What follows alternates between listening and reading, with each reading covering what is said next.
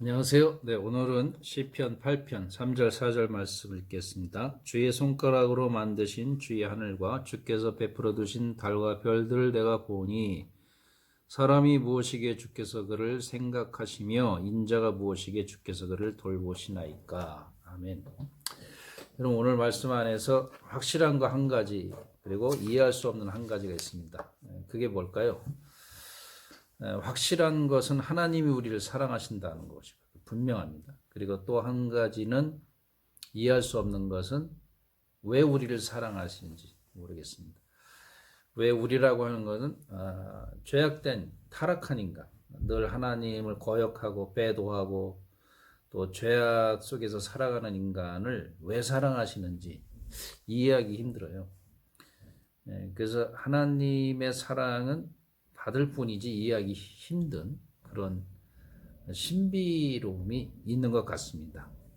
그래서 여기 이제 어제의 말씀을 곁들여서 다시 설명을 드리면요, 여호와 우리 주여 주의 이름이 온 땅에 어찌 그리 아름다운지. 그러니까 여호와는 그 항상 예배의 대상 초월해 계신 하나님을 예배할 때 그때 이름을 얘기할 수가 있습니다.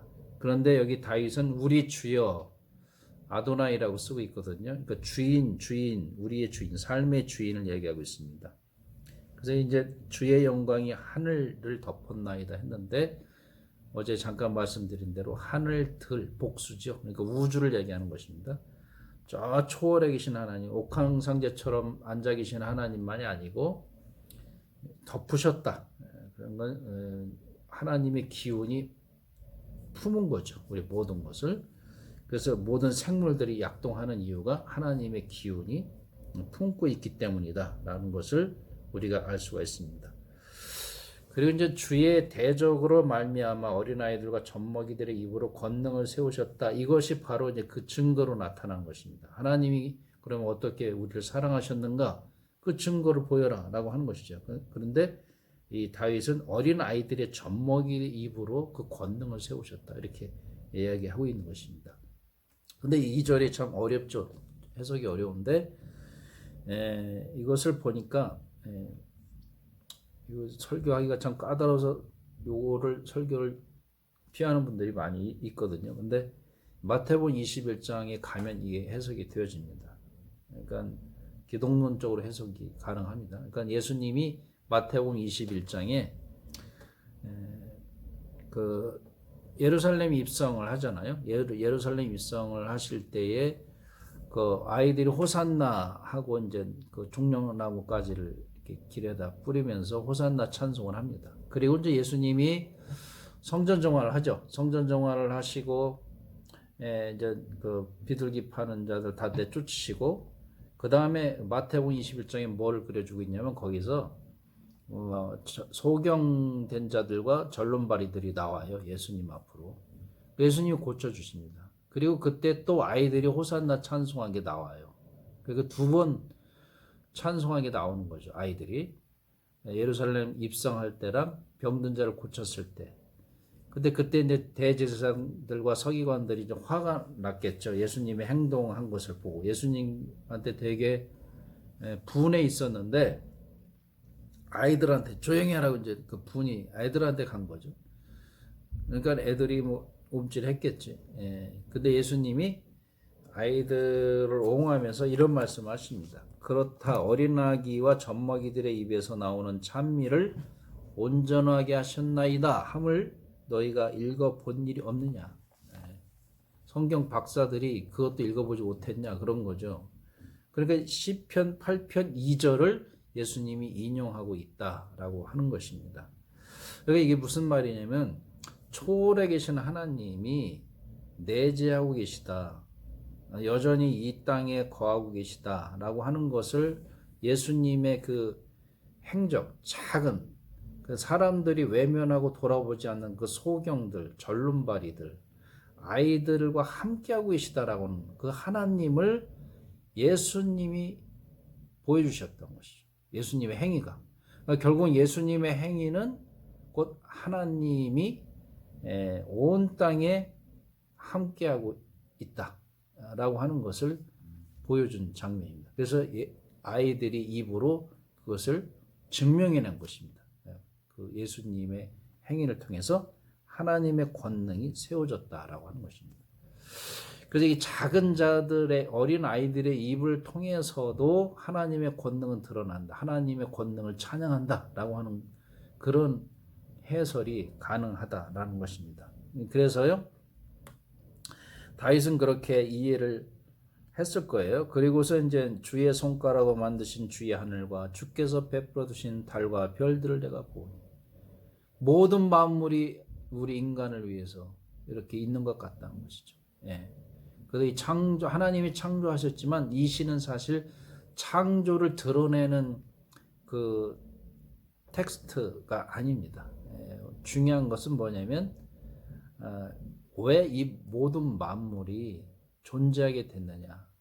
사람을 위해서, 우리를 위해서 하나님이 지으셨다라고 그렇게 지금 이 시인은 고백을 하면서 그 사랑에 감복하고 감동하고 있는 것입니다. 그 어떠한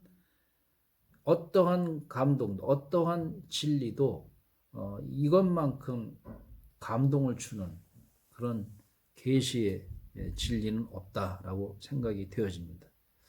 그래서 항상 우리를 생각하신대요. 우리를 생각하시는 그 하나님. 지성소에서만 만나시는 하나님이 아니라 성전뜰에 있는 이방인들도, 그리고 절름발이 소경 병든 자도, 아이들도 만나시는 하나님.